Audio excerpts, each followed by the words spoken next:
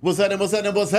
Because you know it's your boy B-Hop Radio Shout in. As always, I got my podcast partner off in this thing, OG Gangsta Wicked, a.k.a. Big Galaxy of Ghetto Mafia. Yes, sir. What's going on? Oh, man, I'm in the building, man. I'm feeling good, feeling great. It's a beautiful day out here. Yeah. I did yesterday have a death in the family. My God. So I hate to start the show off like this, but I want to shout out all the my family members, my cousins, right. them, man, Lynn Lenore, Sean, Di, man, Lynn Bill, everybody, man. I can hear he gone, but not be forgotten. And on that note right there, man, I'm still living life, man. It feels great, man, to be here. That's right. That's right. I mean, we were talking off the air about, Devin Booker. He was trying to get his shoe on. Shaq was trying to bring him into the Reebok fold, and then next thing you know, it just turned into total disrespect in there. Yeah, and I saw that, and for people that don't, they haven't followed this story, it's Devin Booker who plays for Phoenix. Yeah. He got a new shoe that came out that pretty much flopped. It came out last year. But it pretty much flopped. And so Shaquille O'Neal now is the president of Reebok, I believe. Yeah. And Allen Iverson is the vice president. A lot of people don't know that, or vice versa. Yeah. And I don't know to what degree that, the president and vice president, what they're doing there, but I know it has something to do with the NBA and the basketball shoes that's going on. So anyway, Shaq was pretty much telling him, well, if your shoe flopped, maybe you should have came to me in AI and get it right. Well, Devin Booker, took offense to that, and he kind of gave Allen some love. Said, well, Allen had a good shoe, but Shaq, nobody wears Shaqs. You know what I'm saying? And Shaq came back and got offended by him saying that and said, well, I sold 450 million pair. You know what I'm saying? Google me. So that's kind of if I set the table on what's going on with that. With me, as I looked at the whole entire thing behind, why I kind of, want to talk to you about it also is that, all of them are millionaires. So I'm not really going to get off into whose shoe looked better or, blah, blah, blah, blah, blah, blah. None of that really, even matters to me. Yeah. What does matter, what I took from that is, one, Devin Booker said nobody wears Shaqs. It kind of brought me to a place of, black on black crime. I always say that, and you be like, you start laughing every single time I say that. But Shaq is making shoes that are affordable for kids. That's right. That you can go in Walmart and I think Target and different little stores like this. And, do they still have Payless? Yeah. I had some East-Sides out of Payless. Absolutely, and you can go in those type of stores and get Shaq shoes for probably $20. Exactly. You know what I'm saying? If I were a child or a kid that comes from a family that I couldn't afford that my parents couldn't afford $300, pair of shoes, or even $150 pair of shoes, but I still wanted a superstar on the side of my shoes. That's right. Then I would be offended by that. Basically, Devin Booker kind of insinuating that, because the shoes are cheap, that, you know what I'm saying, because they're sold cheap, that, nobody likes them. And obviously they do if Shaq is claiming that he sold $450 million pair. But it brings me to this, though.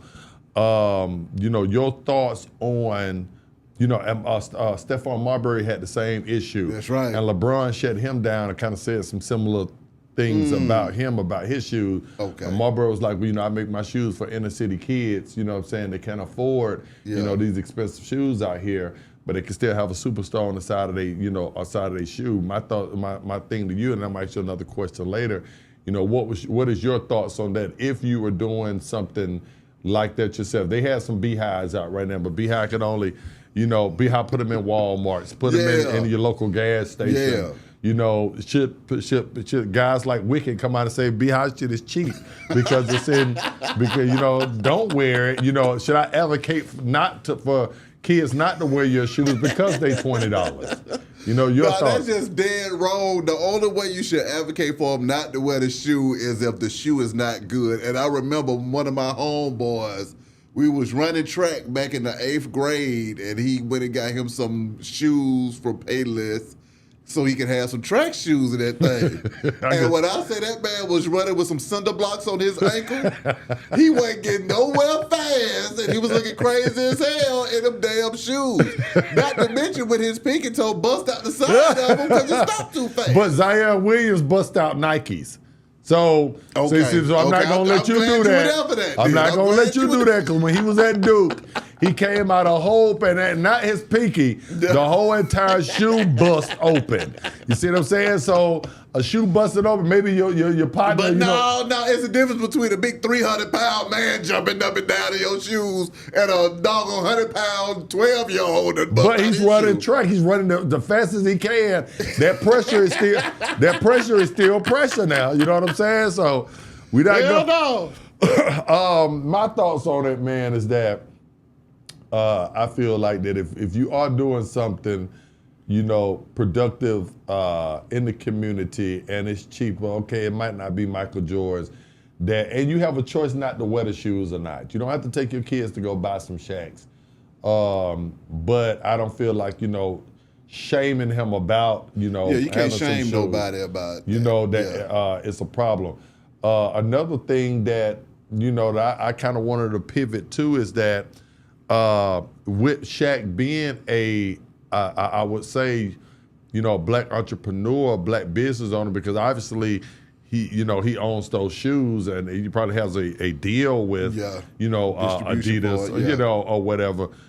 With him being a black business owner, when we come out and say things like that, well, your stuff is garbage, we shouldn't support it because it's cheap. Is that black on black crime? Is that what we have been doing to each other with black businesses in the community for the last years? Is that why black businesses can't thrive? Because the same black people come in these stores, in these restaurants, and won't support our black businesses like they do the other people's businesses. Black people are the only people who get disrespected for rooting for each other, okay? If you say that you're a LeBron fan, you're a LeBron D-Rider. Right. If you try to say, hey, man, Wick, I love your new song. Right. You D-Ride. You can't even show love and support without somebody hating on the love and support. So that just silenced the love to begin with. Right. On top of that, black folks are the quickest to turn their back on each other when they're in business. So I say that to say that if Wick got a chicken wing stand, the second I come in there and you might have just had a small pack of wings in that thing, man. You know, some folks, have you ever got some fried wings, man, and the thing was like little popcorn wings? You're like, okay, this is a bullshit. This little ass wing. Right. You're here trying to pick your tooth to get a little meat off of the doggone. So long story short, we hold each other to the highest standards, but don't support each other to no standard. Right. Oh wow. And that's my issue with us. And when you now let me ask you something, Bi, because you said something yesterday when we talked on the phone about it. Are the black business owners and the black businesses to take blame in that? Do the black businesses come into the game saying, you know what? Since I am black, Beehive Wick should support me, even if my service is not as good as the Italians or the Chinese or the Mexicans that have Mexican restaurant. I don't have to put out as good as good a service because I'm a black business owner and I'm on Glenwood or I'm on Kendall Road. I can treat them any kind of way. Okay, I'm about to ask you these few questions right here. Do you go into businesses because they're black and support them? Yeah. I try to give them a chance. If I know that they're black, that is something that will make me go in there. Why you got to give them a chance? Why can't you just go in there and get your wings like everybody else? Why has it got to be giving them a chance? That means you ain't got no intentions of coming back. If you see one thing wrong when you walk in there, because I'm going to give y'all a chance because I don't really trust y'all. But I do that with every No, you don't do that with McDonald's. You take your butt to McDonald's, you take your butt to Chick-fil-A, you take your butt to the Italian restaurant, I don't go to McDonald's. You take your butt to wherever else you need to go. You ain't trying to get them no try. You running there giving them your money. I don't mess with American Deli because of that same shit. I'm telling you right now. And McDonald's, I don't eat that mess either. And one thing about it is I don't go if you catch me in a McDonald's, that means I'm out on the road promoting the record. It's the only thing open and we all stopped and we just trying to stretch our legs. You ain't gonna catch me up in no McDonald's. I go to our black establishments.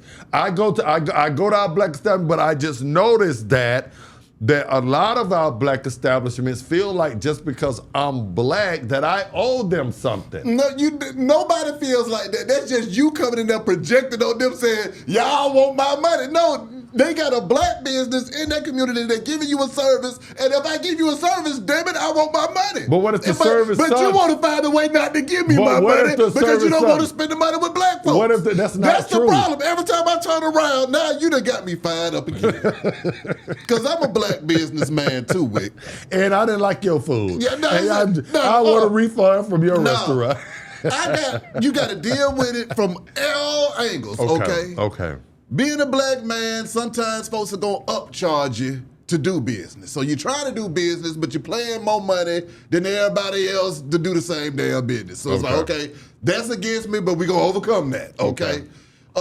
You got employees, you done paid everybody, but everybody looking at you. Do you know in black businesses, my wife is a business owner. I know plenty of other business owners I've seen you do business with. Okay. How many times have you done business with folks and you looking at a nigga, you think to yourself, you trying to ruin me. You ain't trying to help me go no damn well. You trying to take me out. Right. So now we got to deal with that from the inside out.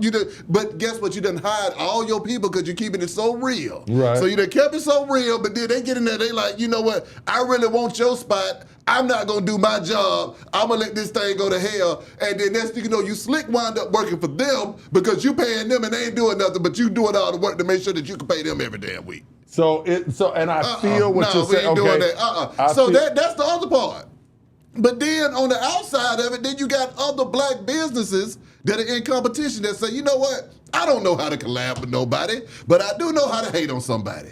Then you got other black bystanders that'll say, if you are doing pretty decent in business, they don't want you to do no better.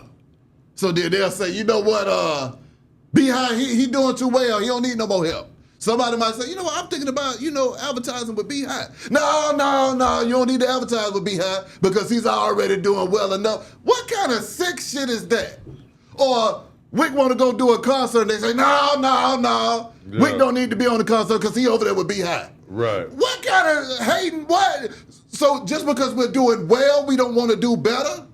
Or I don't got 4 kids, a wife, and a whole family to feed that is expensive as hell? And that's what I get out here. So, like, a lot of the times, folks want to make it black and white. Hell, you got to get past the black to get to the white. You got to get past the black to even get to the white, okay? Because I got my business in our community. You put the business in our community, guess what? You want to rob? You want to steal? You want to come in and give us a try? No, man. Folks need to come in there and show some love and respect for these businesses in our community. Hold them up. Now, of course, we can hold them to certain standards to make sure that they still delivering what the hell we need and the service is up to par. Right. But, I mean, we still have to understand that we got to give our people some grace and allow them to be able to grow. And their support will come through our money. And what I do know is that when businesses are doing well and they do have good service, they tend to last long, and they will stay. Bankhead Seafood fed me and my family for generations, okay? My mama was eating Bankhead Seafood. My grandmama was eating Bankhead Seafood.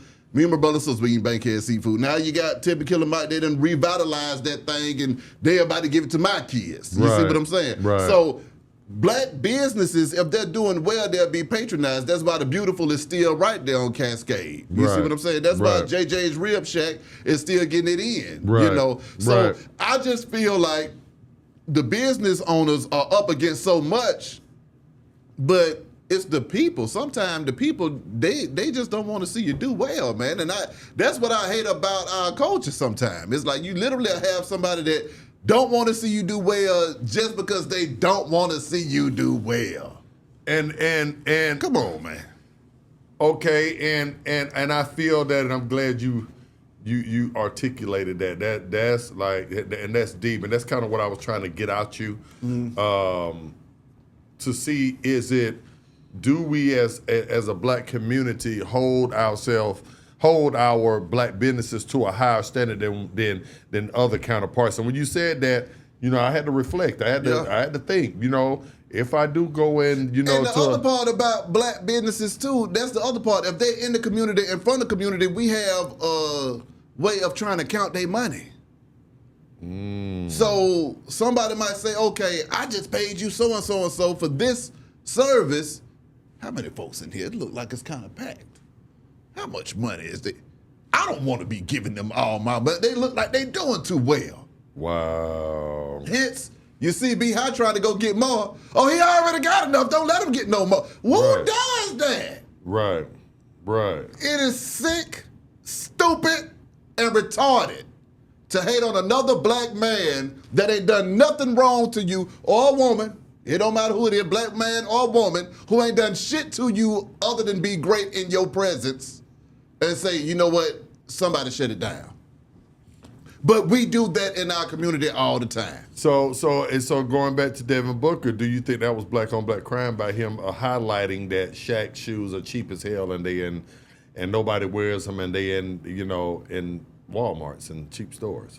Well, obviously, I'm thinking that maybe Shaq said something that offended Devin Booker to make him, come back at him like that. Maybe he was like when he said, well, Devin, your shoe flop, because at the end of the day, he's still Shaq. And folks wore them damn Shaqs. When he was hot in the 90s, folks had on his shoe. And then he just went on ahead and made it available. I don't quite remember nobody having them on. They look like spiders. They look like the little white shoe with a spider on it. No, I didn't have none because He had a spider. Wait a minute. He was a spider? Well, no, it looked like them little lines on the shoe looked like a spider on a white shoe. Looked like a black spider on a white shoe. And it got Shaq on that thing like this here. You. They should have had the words "you." I'm going to get me a pair of Shaqs when I leave here. Okay, then. First of all, and I'm going to wear them. That's right. To the show tomorrow when I come. Like Hakeem the Dream shoe wear. The Dream Shake. I think you want to wear Hakeem the Dream because his shoes was in Payless too. So I think those. I'm going to go with Shaq. You know what I'm saying? I'm going to ride with Shaq. I'm going to go get a pair of Shaqs. I'm going to flaunt them on the shoulder. I'm going to show the community that I am down to support black businesses and especially affordable products like that. I want to say this before I leave. What you just said, I 100% agree with you about black businesses. About a lot of times it's us in the community that are going into these businesses and holding black businesses to a higher standard. That's why I was kind of trying to push and get that out you. I do agree with that. And then once you said that, that we go into a black business with our expectations higher than we do other businesses. I agree. I had to reflect and think about that. I do that. You understand what I'm saying? Well, why should I tip this motherfucking broad there right here? And she got damn, my about stuff. 5 tables in here. Everybody give her $20. She'd have made $100 an hour. You see what I'm saying? So you know what I'm saying? That's younger days. And, so I agree with you on that. My thing would be too, like I said for you, that I said at the beginning of it. We also have to make sure that just because we do have a black businesses that we're not expecting blacks to support lousy service. Now, which one is it a lot of times? Is it the lousy service that's keeping you from paying and tipping well? Lousy service, you're going to go out of business regardless of who the hell you is if you got lousy service. Not really. Sometimes you can have pretty good food and have lousy service, and we as blacks, we're used to not being treated first class, and we accept it. You see what I'm saying? We accept the shit. If the food is good, then it ain't no bad service. Yeah. Well, I'll be wanting my You want your ass kissed when you come into a black restaurant. Everybody got time to no. You don't do that when you walk in the Red Lobster. I'm worse than them. Somebody kiss my butt. I'm worse with them. I am worse with them. But I don't have to worry about Karen filling my punch up. They gonna be cussing me out. But now, after me this though, she comes and fills up my teeth. Why do you feel like black folks why do you feel like black folks hate black businesses? Or do you think we don't hate them and that's just an overarching statement I just put out there reaching? Or how do you feel? I think that black folks do hate on other black businesses because, like I said, when I was younger, I have done that. I get it now. I haven't done that in years. And what I was just saying today was just kind of get you riled up so that you can, you can articulate it better than I do. Shit. I don't do that now, and haven't done that in a year. I support my black business. I wear black clothes that they get on the show, on this podcast. I go out to these restaurants. But I think that it's a little bit of both. I think that the community does hate on black businesses because, like what you said, the crabs in the barrel mentality. That person is making too much money. Hey, they might do better for themselves. I'm not in that inner circle, so why should I take my money over there to this black-owned business and they just gonna help who they want, and then I'm still here in the hood. What are they doing for the community? It's that black business. Once they are thriving and making money, are they just gonna take that business up and go move it to the white area? Are they gonna give back to the schools around there? Do they, took all this money out of my community, you know what I'm saying? If you're on County Road, there's Columbia High School, there's Southwest DeKalb, there's Snapfinger, there's Redan, there's all these Avondale. These schools are community service, Midway Park. Are they gonna benefit from Behind Wick, drawing $1 million off of County Road every year from the restaurant and the community supporting us? Do we buy football uniforms and basketball uniforms for the kids? Do we help with the YMCA up for the street so they can go swimming? Do we pay a lot of passes for them to go to Six Flags? Are we doing that our part in giving back? Or are we just gonna take everything from the community and then run out to the white neighborhood and live behind mansion walls like a lot of black people do once they get whatever niche in the hood? They suck everything out of the hood and then they run and live with the other people, don't want to be by us. Okay, I love what you just said. So I'm gonna need you to go into American Deli and tell them the same thing. I'm gonna need you to go into McDonald's and tell them the same thing. Absolutely. I'm gonna need you to go into Target and tell them the same thing because they got the majority of the businesses in our community. Right, you're right. Sucking all of the money out. Absolutely. Now, when I come in here with my little money, my kids go to these schools that's in this community. So I'm automatically putting the money back into the schools, paying taxes, and I'm still living in the community. I'm paying the taxes on my home that's going back into this community. I'm paying the taxes on what's going on over there at that school that's going back into the community. I'm sitting over there. You might have yours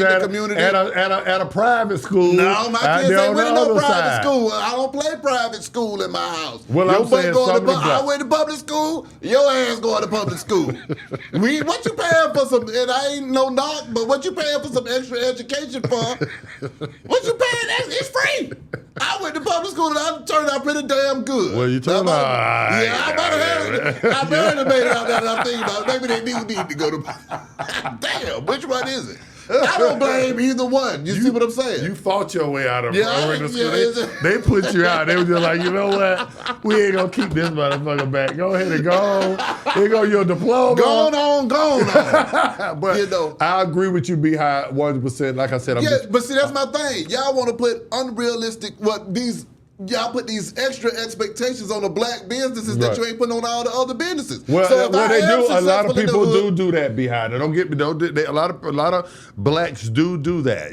They hold. But now a lot of the blacks, a business owner that I know, Big Oomp stores in every hood. Right. And then he turned around and he got a whole little league team. Correct. Big Oomp did it the right way. He's a perfect example. Is an example of most of the people in the community that's doing it. Right. You see what I'm saying? Right. I mean, they doing it. They giving back to the community. They putting jerseys on these folks. They taking folks' kids out of town to play ball and giving them opportunities and experiences that they would never get. Where is the hate for the black business coming from? That's what I'm trying to get to the root of that with you. That's why I'm asking you, the professor, why is it so hard for black businesses to thrive, and where is the majority of the hate coming from? Is it even coming from us, or is it coming from the banks or giving us high interest rates on it, or when you the people that's selling us the products, not just the food, the forks, the spoons, the cups,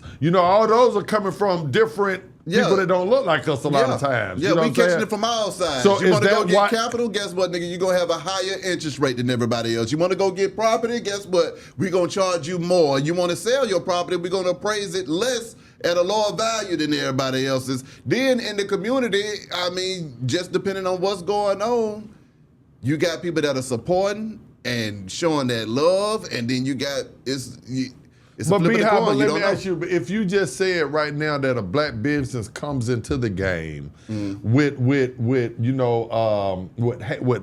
hate already, with higher interest rates, higher rates on this, higher rates on that, wouldn't that make that black business owner, for one, have to jack up his prices? That's right. So that's already going to rub consumers in the black community wrong, because I'm having to pay more. And you count so my money. Therefore, but if I'm having to pay more because you're getting taxed more, then I have to pay more. So now I expect more service out you, because I'm paying more on the dollar for this same hot dog that I can get from other people for 99 cents. You're charging me $5.99. Damn, does that come with a tap dance? You know what I'm saying?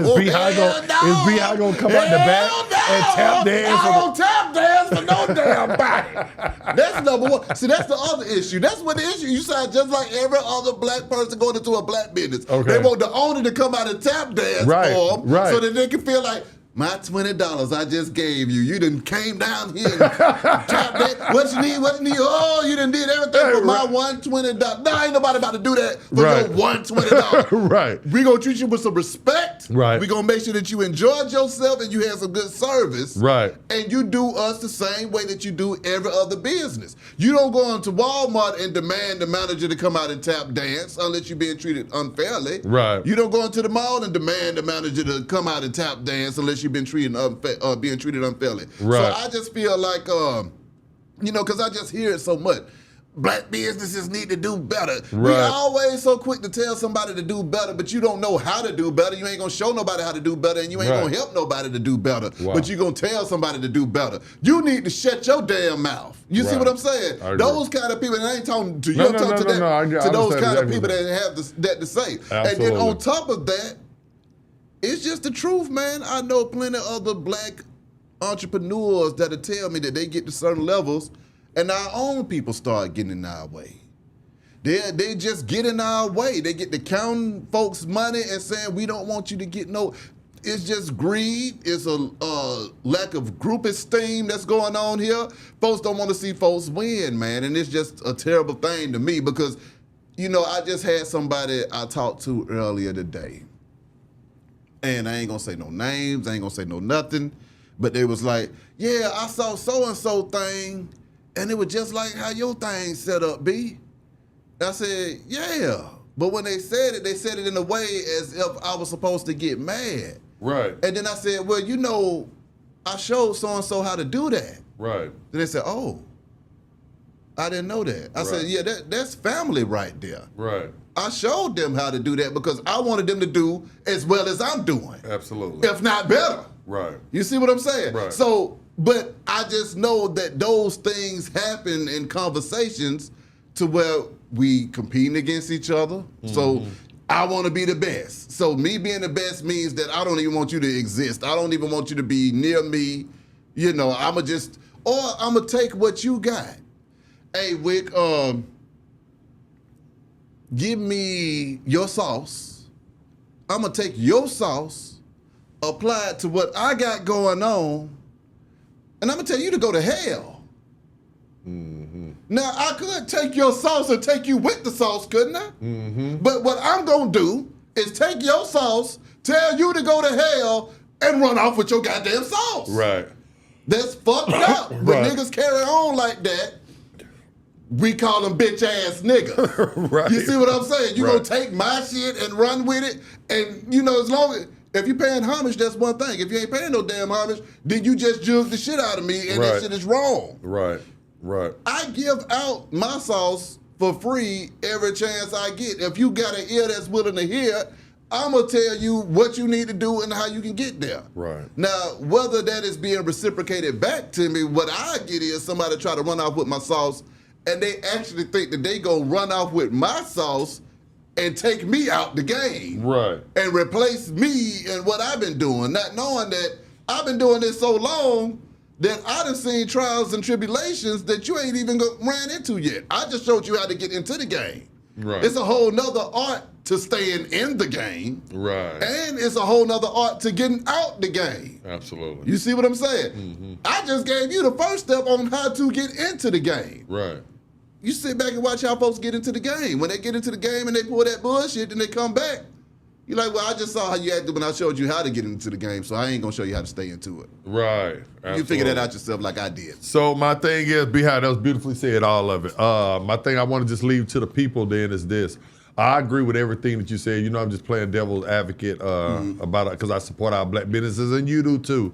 Yeah. But I want to ask the people, you know, especially the black business owners out there, you know, do you find it harder that a lot of your opposition is coming from the corporate side of that black business, i.e. the banks, the lenders, the product, the people that's selling you the products, or is it coming from the community that's actually in need of your services? Which one is is harder to deal with? Is it the community that's coming buying your services, or is it the people that's you're getting your services and stuff from your products and stuff from? Exactly. And see, I'm gonna leave y'all with this on top of that. When I look at it, it took for me to become a business owner myself to understand what the hell is going on. Mm-hmm. And when you catching higher interest rates, when you catching higher rental rates, when you catching higher everything across the damn board, you're gonna